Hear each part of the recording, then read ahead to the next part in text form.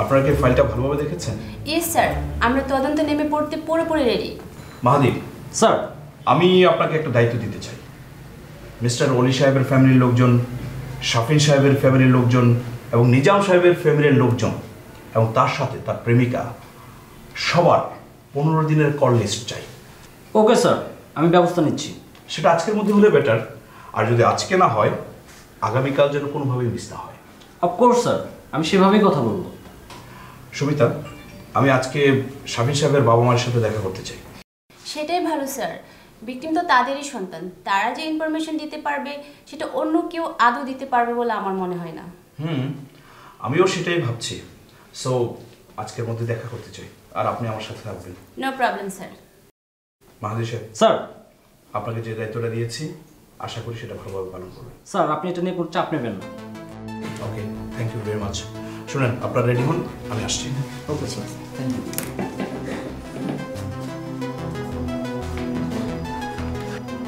চাপ নিও না রথি, শাফিনের কেসটা যেহেতু সিআইডির কাছে গেছে, এবার তদন্তে সত্যিটা ঠিকই বেরিয়ে আসবে। আমিও তাই চাই মাহির। এই হত্যাটার জন্য আমার আর মানিকের সম্পর্কটা আরও বেশি প্রশ্নবিদ্ধ হয়ে গেছে। আচ্ছা রথি, যদি সত্যি প্রমাণ হয় মানিকের দুলাভাই অলি এই হত্যার সাথে জড়িত না, তাহলে কি ভাইয়া তোমাদের সম্পর্কটা মেনে নেবে? ভাইয়া আমাদের এই সম্পর্ক কখনোই মেনে নেবে না মাহির। আর সত্যি যদি মানিকের দুলাভাই শাফিন ভাইয়ের হত্যার জন্য দায়ী হয়, সেক্ষেত্রে এমন একটা ফ্যামিলির ছেলের সাথে সম্পর্ক করার জন্য তুমিও ভালোভাবে নেবে না মাহির। অন্তত এই অস্বস্তি থেকে তো আমি মুক্তি পাবো। আচ্ছা, আমরা যখন সম্পর্ক করি তখন এই বিষয়গুলো কেন ভাবি না? তাহলেই তো এই পরিস্থিতির শিকার হতে হয় না। অবশ্য আমি কেনই বা এই কথা বলছি, যখন আমরা প্রেমে পড়ি তখন তো আমরা অন্ধ থাকি। তুমি বিশ্বাস করো মাহির, আমার সাথে যখন মানিকের পরিচয় হয় তখন আমি একদম জানতাম না যে সে অলির শ্যালক। আর তাছাড়া ভাইয়ার সাথে অলির সম্পর্কটাও ঠিক এতটাও খারাপ ছিল না তখন। সম্পর্কে একবার জড়িয়ে গেলে সেই মানুষটাকে ভুলে যাওয়া অনেক কঠিন। আমিও একবার এরকম একটা সম্পর্কে জড়িয়েছিলাম, আর ওই পরিস্থিতিতে একটা মানুষের মনের অবস্থা কতটা খারাপ হয় সেটা আমি জানি।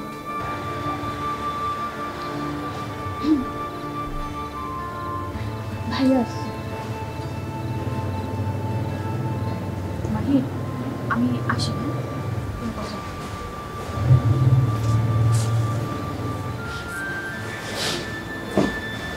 মাহির, আমাদের এখানে কেমন লাগছে তোর? খুব ভালো লাগছে। রথি কি কাণ্ড ঘটিয়েছে তুই জানিস? কি কাণ্ড ঘটিয়েছে ভাইয়া? খুবই বাজে ব্যাপার, মানে তুই শুনলে অবাক হয়ে যাবি। আমার শত্রুপক্ষ তার এক আত্মীয়র সাথে ও সম্পর্ক করেছে। এটা ভাবা যায় যে আমাকে প্রতিনিয়ত মৃত্যুর জন্য হুমকি দেয়, তো তার সাথে সম্পর্ক করে, এটা তো আমি জীবনেও মেনে নিতে পারবো না। শোন, তুই এখন ওকে একটু বোঝা, এই সম্পর্ক কিন্তু আমি কখনোই মেনে নেব না। ভাইয়া, আমি ওকে বোঝানোর চেষ্টা করব। তুই একটু ভেবে দেখ, মানে যার দুলাভাই আমার চাচাতো ভাইটাকে মেরে ফেললো, আমাকে প্রতিনিয়ত মেরে ফেলার হুমকি দিচ্ছে, আর ওই সেই ফ্যামিলিতে ও কিভাবে একটা মানুষকে পছন্দ করে? এটা মেনে নেওয়া যায়? তুই বল।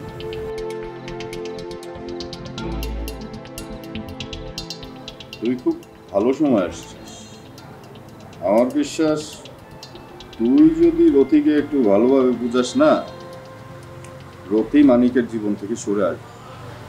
ভাইয়া, কাউকে মন দিলে সেখান থেকে সরে আসা খুব কঠিন। আর ওই মুহূর্তে না, নিজের কথার বাইরে, নিজের ভাবনার বাইরে তুমি কারো কথাই ভালো লাগে। সেটা আমি জানি।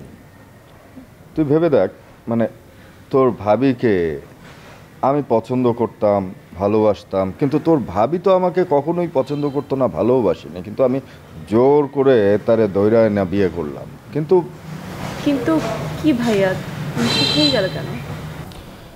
সুখ বলে আমার জীবনে আর কিছুই অবশিষ্ট থাকলো না। আমি কখনোই সুখী হতে পারলাম না। রথি কি এতটুকু বুঝতে পারছে না যে আমি ওর খারাপের জন্য কখনো কিছু করব না, যা করব আমি ওর ভালোর জন্যই করব। না বোঝার তো কিছু নেই ভাইয়া।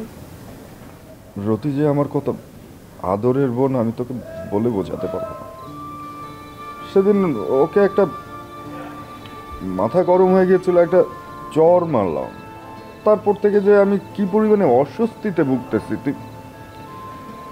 তোকে আমি বোঝাতে পারবো না, কিন্তু ও আমাকে বোঝে। ভাইয়া কেন বুঝবে না? ঠিকই বোঝে।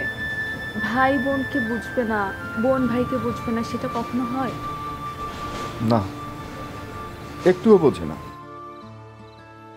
বুঝলে ও এরকম একটা সম্পর্কের মধ্যে জড়াতো না। তুই একটু ভেবে দেখ। আচ্ছা, এই দেশে কি এতই ছেলের অভাব ছিল তুই বল? ভাইয়া, রথি আমাকে যতটুকু বলেছে, ও যখন মানিকের সাথে সম্পর্কে জড়ায় ও তখন জানতো না আসলে ওই অলি আর মানিক একই ফ্যামিলি। আর সেটা জানার পর থেকে ও আর মানিকের সাথে ঠিকমতো কথা বলে না। তুই ভেবে দেখ ছেলেটাও কতটা ফ্রড যে ও ওর নিজের পরিচয় গোপন করে একটা সম্পর্ক করেছে। আর এই কথাটাই তুই একটু বোঝাবো, খুব ভালো করে বোঝা।